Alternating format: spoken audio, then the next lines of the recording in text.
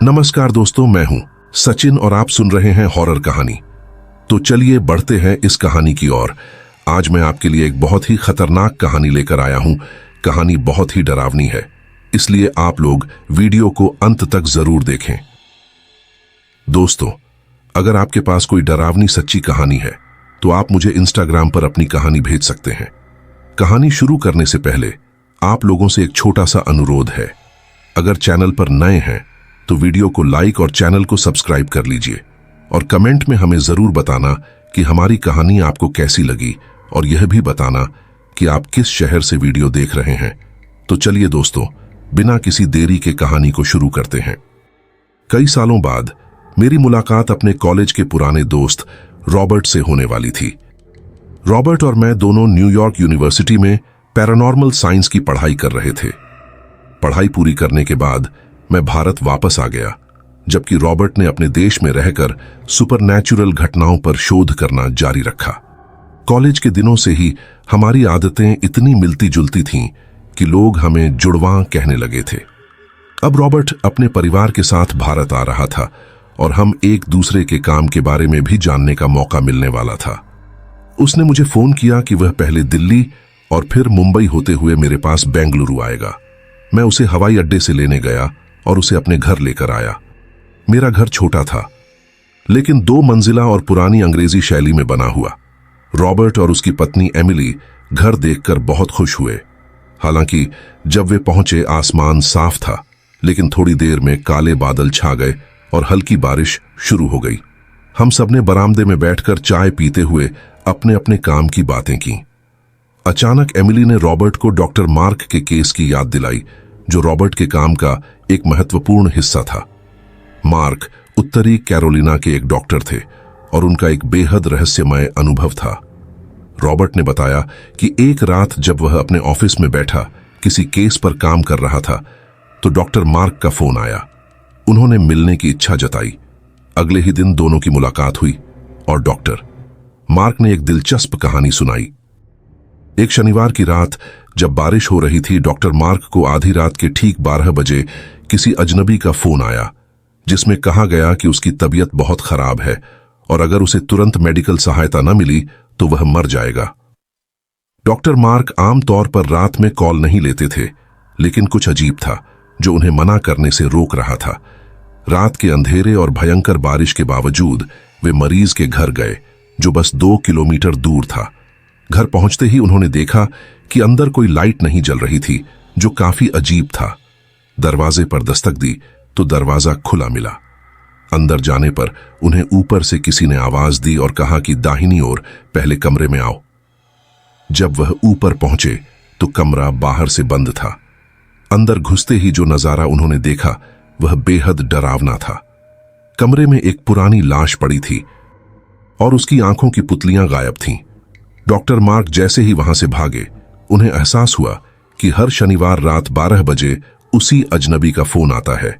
Robert ने बताया कि उस मामले की जांच के लिए वह और एमिली उस घर गए और स्थानीय लोगों से पता चला कि वह मकान कई सालों से बंद था और उसका आखिरी निवासी वर्नर था, जिसकी मौत दिल का दौरा पड़ने से हुई थी।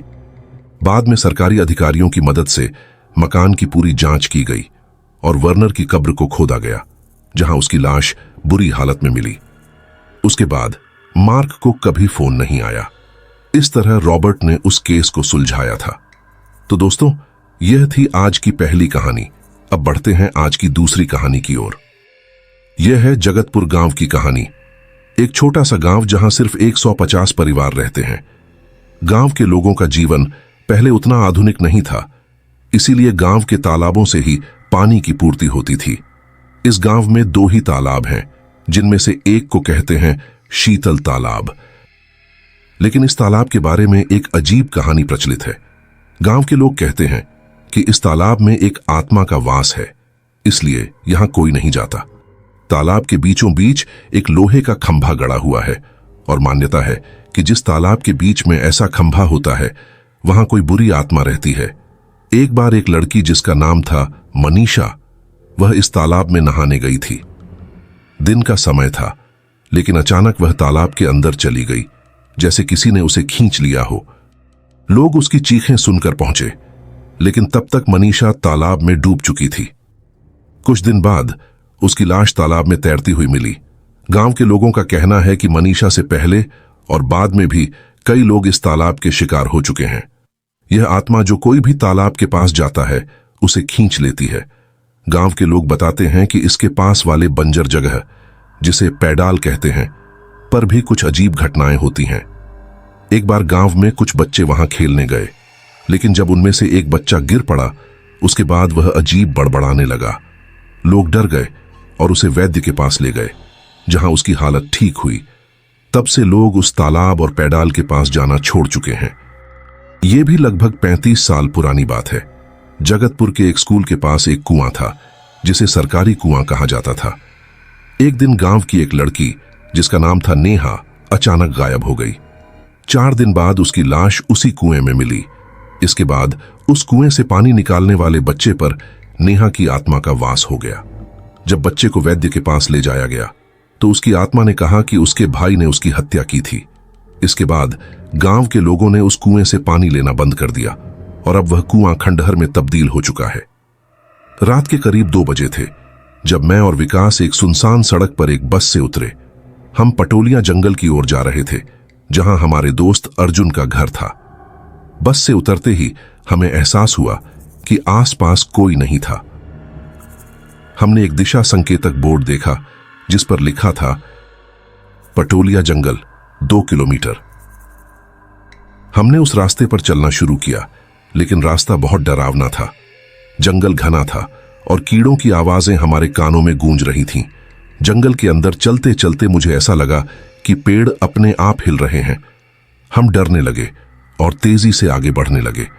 कुछ समय बाद हमें एक छोटा सा घर दिखा, जहां अर्जुन आराम से बैठा हुआ था। हम वहां पहुंचे, लेकिन जैसे ही हम बैठने लगे, मुझे एक सड़ी हुई बदबू महसूस हुई। अर्जुन ने कहा कि बदबू नहीं आ रही, लेकिन मुझे और विकास को यह बदबू लाश जैसी लगी। अर्जुन ने हमें बताया कि उसके घर के पीछे एक कब्रिस्तान है और कहा कि हमें वहां से जल्दी निकल जाना चाहिए। हम घर के अंदर जाने लगे, जहां मुझे कुछ अजीब सा महसूस हुआ।